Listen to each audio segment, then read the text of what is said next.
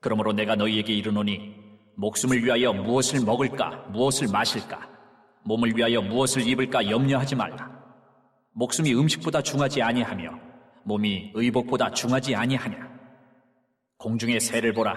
심지도 않고 거두지도 않고 창고에 모아들이지도 아니하되 너희 하늘 아버지께서 기르시나니 너희는 이것들보다 귀하지 아니하냐. 너희 중에 누가 염려함으로 그 키를 한 자라도 더할 수 있겠느냐. 또 너희가 어찌 의복을 위하여 염려하느냐. 들의 백합화가 어떻게 자라는가 생각하여 보라. 수고도 아니하고 길쌈도 아니하느니라. 그러나 내가 너희에게 말하노니 솔로몬의 모든 영광으로도 입은 것이 이 꽃 하나만 갖지 못하였느니라. 오늘 있다가 내일 아궁이에 던져지는 들풀도 하나님이 이렇게 입히시거든 하물며 너희일까 보냐. 믿음이 작은 자들아, 그러므로 염려하여 이르기를 무엇을 먹을까 무엇을 마실까 무엇을 입을까 하지 말라. 이는 다 이방인들이 구하는 것이라. 너희 하늘 아버지께서 이 모든 것이 너희에게 있어야 할 줄을 아시느니라. 그런즉 너희는 먼저 그의 나라와 그의 의를 구하라. 그리하면 이 모든 것을 너희에게 더하시리라. 그러므로 내일 일을 위하여 염려하지 말라. 내일 일은 내일이 염려할 것이요 한날의 괴로움은 그날로 족하니라. 오늘도 좋은 아침입니다. 오늘도 성령 충만하십시오. 행복한 하루가 되시기를 바랍니다. 오늘 아침에 주시는 하나님의 말씀은 마태복음 6장 25절부터 34절까지 말씀입니다. 어제 예수님께서는 제자들에게 두 주인을 섬길 수 없다. 한 사람이 저를 사랑하거나 미워하거나 해야지 재물과 하나님을 겸하여 섬길 수 없다라고 하는 이야기를 드렸습니다. 그러면서 자기중심적으로 살아가는 사람들, 믿음 없이 살아가는 사람들의 특징은 불안과 염려라고 말씀드렸습니다. 이 사실을 잘 알고 계셨던 예수님은 제자들이 염려하는 문제에 대해서 다루고 있습니다. 오늘 25절부터 34절까지 말씀해 보면 그리스도인들도 염려할 수 있지만 그 염려하는 것이 제자들에게 전혀 유익하지 않을 뿐 아니라 염려하는 것이 제자의 삶일 수는 없다라고 하는 것을 강조하고 있습니다. 예수님은 세상의 재물과 하나님을 겸하여 섬길 수 없다라고 분명히 말씀드렸습니다. 이런 말씀을 들으면 어떤 사람은 아멘 할 수 있겠습니다만 실제로 우리 살아가는 삶의 환경들 속에서 꽤 우리에게 답답한 마음을 불러일으키거나 두렵거나 걱정스러운 마음이 일어날 수가 있을 것입니다. 돈이 없으면 어떻게 살아갈 수가 있는가라고 하는 질문도 던질 수가 있을 것입니다. 예수님은 24절에서 하신 말씀이 돈이 아무런 필요도 없거나 돈을 버는 것 자체를 부인하거나 하시는 것이 아니었습니다. 예수님은 그 마음의 상태에 대해서 먼저 지적하고 있는 것이라고 생각해야 할 것입니다. 언제 닥칠지 모르는 어려움을 대비해서 저축을 하거나 하는 것이 잘못이라고도 이야기하는 것이 아닙니다. 예수님은 재물이 아니라 예수님을 하나님을 섬기며 살아가는 사람의 태도에 대해서 그렇게 이야기하고 있는 것입니다. 자, 예수님은 25절부터 그리고 27절과 28절 말씀에 염려하지 말라라고 하는 사실을 분명히 이야기하고 있습니다. 그리스도를 잘 믿고 신앙하는 사람에게 염려라고 하는 것은 불신앙의 증거로 드러날 수가 있다라고 이야기하십니다. 25절 말씀 보시면은 이렇게 이야기하죠. 그러므로 내가 너희에게 이르노니 목숨을 위하여 무엇을 먹을까 무엇을 마실까 몸을 위하여 무엇을 입을까 염려하지 말라. 목숨이 음식보다 중하지 아니하며 몸이 의복보다 중하지 아니하냐라고 이야기하고 있습니다. 이 말씀을 어떻게 읽는 것이 좋을까요? 돈을 벌지 말라거나 돈이 필요 없다거나 하는 뜻이 전혀 아니고 우리 마음 가운데 미래를 준비하고 대비하는 일이 전혀 필요 없다라고 말하는 것이 아니고 실제로 그렇게 염려하는 것이 효과적이지도 못할 뿐 아니라 그리스도께서 이미 생명을 주셨고 너희는 이미 영생 얻은 사람이다라고 하는 것을 오히려 잘 보여주고 있다고 생각합니다. 목숨이 음식보다 중하지 아니하며 몸이 의복보다 중하지 아니하냐라고 하는 이 질문을 통하여 너희는 이미 그리스도 예수를 통하여 생명 얻은 사람이므로 너희가 그 목숨이 이 땅에서의 삶이 불안해지고 없어지고 심지어 목숨이 어떻게 될까라고 하는 염려는 너희들의 염려의 대상이 아니다라고 그렇게 이야기하고 있는 것이죠. 그러면서 예를 드는 것이 첫 번째 예를 드는 것이 어떤 예를 듭니까? 공중의 새를 보라라고 이야기합니다. 새는 심지도 거두지도 않고 창고에 모아들이지도 않지만 하늘에 계신 하나님 아버지께서 기르신다. 이러한 공중의 새를 보아서 교훈을 얻어야 된다라고 이야기합니다. 아무런 경작하거나 모아두거나 하지 않지만 하나님께서 그 공중의 새를 먹이시지 않냐라고 이야기하고요. 또한 27절 말씀에 보면 염려하는 것이 전혀 효과적이지도 않다라고 하는 것을 이야기하면서 너희 중에 누가 염려함으로 그 키를 한 자라도 더할 수 있겠느냐라고 그렇게 질문하시는 것을 통하여 염려한다는 것이, 근심한다는 것이 무슨 소용이 있는가라고 하는 것입니다. 어떤 사람들이 이야기하듯이 근심하지 않는 그런 삶이야말로, 염려하지 않는 삶이야말로 그 사람이 무엇을 신앙하는가라고 하는 것을 잘 보여주는 것이죠. 통장에 잔고가 많아져야 그렇게 평안하고 편안하다고 느끼는 사람, 또 반대로 통장에 잔고는 없고 건강하지도 못하며 우리에게 가지고 있는 것이 아무것도 없다 할지라도 그리스도 안에서 생명 얻은 것이 무엇인지를 제대로 아는 사람, 누가 참 그리스도인이겠냐라고 질문하는 것과 같은 이야기일 것입니다. 또 28절 말씀에는 한 가지 예를 더 들고 있죠. 너희가 어찌 의복을 위하여 염려하느냐, 그러면서 무엇을 얘기하고 계십니까? 그의 백합화가 어떻게 자라는가 생각하여 보라. 수고도 아니하고 길쌈도 아니하느니라 라고 이야기하고 있습니다.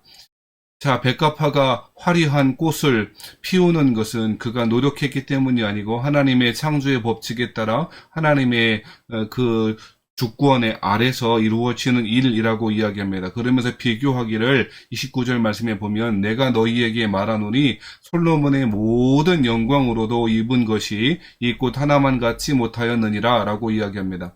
솔로몬 시대의 그 화려함과 그 의복의 아주 멋진 옷을 입는다 할지라도 이 백합화의 아름다움을 따라갈 수 없지 않는가라고 그렇게 비교하고도 있는 것이죠. 염려한다는 것은 효과적이지도 못할 뿐 아니라 그 염려야말로 불신앙의 태도일 것이다 라고 이야기하고 있는 것입니다. 근심하고 걱정하는 일, 그런 일이 있을 수는 있겠습니다만 근본적으로 제자들은 염려하는 삶, 근심하고 불안해하는 삶이 아니라 그리스도를 믿는 신앙 가운데 하나님께서 필요한 것들을 공급해 주시고 일용할 양식과 필요한 양식을 주신다는 사실을 믿는 것입니다. 광야 시대의 이스라엘 사람들이 하나님께서 주시는 만나로 살아갔고 메추라기로 살아가지 않았습니까? 하지만 여러분, 광야에서 그 척박한 땅 광야에서 굶어 죽은 사람은 한 명도 없었습니다. 누가 죽었습니까? 불평하며 원망하며 하나님의 구속하신 그 은혜를 부인하는 사람들은 광야에서 쓰러져 갔던 것입니다. 우리를 죽이는 것은, 우리의 삶의 조건들을 빼앗아가는 것은 음식이 재물이었기 때문이 아니라 그리스도를 믿는 그 은혜 안에 살아간다는 신앙이었기 때문이라고 설명할 수가 있을 것입니다. 그래서 고린도 후서 7장 10절 말씀에는 사도 바울이 이렇게 이야기했는데요. 하나님의 뜻대로 하는 근심은 후회할 것이 없는 구원에 이르게 하는 회개를 이루는 것이요 세상 근심은 사망을 이루는 것이니라 라고 이야기하고 있습니다. 뿐만 아니라 누가복음 21장 34절 말씀에는 너희는 스스로 조심하라. 그렇지 않으면 방탕함과 술취함과 생활의 염려로 마음이 둔하여지고 뜻밖의 그날이 덫과 같이 너희에게 임하리라 라고 이야기하고 있습니다. 누가복음 21장의 본문은 예수님이 마지막 때에 종말의 때에 어떻게 그리스도인들이 살아갈지에 대한 교훈을 하시면서 스스로 조심해야 될 것인데 그렇지 않으면 우리 그 세 가지 정도가 우리의 삶을 미혹하고 결국에는 심판의 때에 덫과 같이 이르게 될 것인데 그 세 가지가 무엇이라고 설명하냐면 첫 번째는 방탕하며 두 번째는 술취하며 세 번째는 생활의 염려라 라고 이야기하고 있다는 것입니다. 사랑하신 여러분, 그래서 예수님께서 30절 31절 말씀에도 이렇게 이야기하시죠. 내일 아궁이에 던져지는 들풀도 하나님이 이렇게 입히시거든 하물며 너희일까 보냐 믿음이 작은 자들아 라고 이야기하고 있습니다. 들풀도 먹이시는 하나님, 공중의 새들도 입히시고 먹이시는 하나님이 하물며 당신의 제자들을 먹이시고 입히시고 생명을 주시지 않겠는가 라고 하는 질문을 하고 있는 것이죠. 우리는 염려할 수가 있고 염려와 근심이 밀물처럼 몰려 들어올 때도 있을 것입니다. 그때마다 이 예수님의 말씀을 되새기며 믿음으로 승리하시는 여러분 되기를 바랍니다. 믿음은 말씀은 이미 우리 가운데 생명으로 주어졌습니다. 그것을 우리 마음 가운데 잘 지키며 주의 말씀을 위로와 격려와 힘을 얻으시는 저와 여러분 되시기를 바랍니다. 그러면서 31절 32절 말씀에 이렇게 이야기합니다. 그러므로 염려하여 이르기를 무엇을 먹을까 무엇을 마실까 무엇을 입을까 하지 말라. 이는 다 이방인들이 구하는 것이라 라고도 이야기합니다. 그리스도인들은 염려하는 사람이 아니라 세상처럼 세상 사람들처럼 방탕함과 술 취함과 생활의 염려 때문에 근심하는 것이 아니라 오히려 그리스도께서 이미 이루신 승리를 확신하며 믿음 가운데 만나를 주시는 하나님께서 반석에서 샘물이 터져나오게 하시는 그 하나님의 은혜를 기대하고 믿음으로 나아가는 사람이 이방인들이 아니라 바로 그리스도 제자들의 모습이라 라고 설명합니다. 그러면서 33절 말씀에는 너희는 먼저 그의 나라와 그의 의를 구하라. 그리하면 이 모든 것을 너희에게 더하시리라 이야기하고 있습니다. 이것은 기도할 때의 순서를 말하는 것이라기보다는 우리 삶의 태도와 지향을 이야기하고 있는 것이죠. 무엇을 먹을까? 어떻게 살아가야 되지? 내 미래는 어떻게 될까? 라고 하는 삶이 아니라 그리스도와 하나님의 나라를 구하며 이 땅 가운데 이루어질 그 하나님 나라를 소망하며 그렇게 신실하게 살아갈 때 하나님은 그 필요한 모든 것 공급해 주시겠다 약속하셨습니다. 사랑하신 여러분 기억하십시다. 광야에서 굶어 죽은 사람은 한 명도 없었습니다. 원망하며 불평하며 죽었던 사람이 있었을 뿐입니다. 하나님을 신뢰하지 못한 사람들은 광야에서 쓰러져 갔지만 그리스도를 믿음으로 하나님이 주신 땅을 소망하며 살아갔던 사람들은 다 가나안 땅에 들어갈 수가 있었던 것입니다. 그러므로 34절 말씀에 내일 일을 위하여 염려하지 말아라. 내일 일은 내일이 염려할 것이요 그 한날의 괴로움은 그날의 족하니라 라고 이야기하고 있습니다. 그리스도인들은 현재를 살아가는 사람들입니다. 과도하게 미래에 대해서 근심하거나 염려하며 살아가는 사람이 아니고 현재에 하나님께서 우리의 삶을 이끌어 가시고 주도하시고 섭리하신다는 사실을 믿는 것입니다.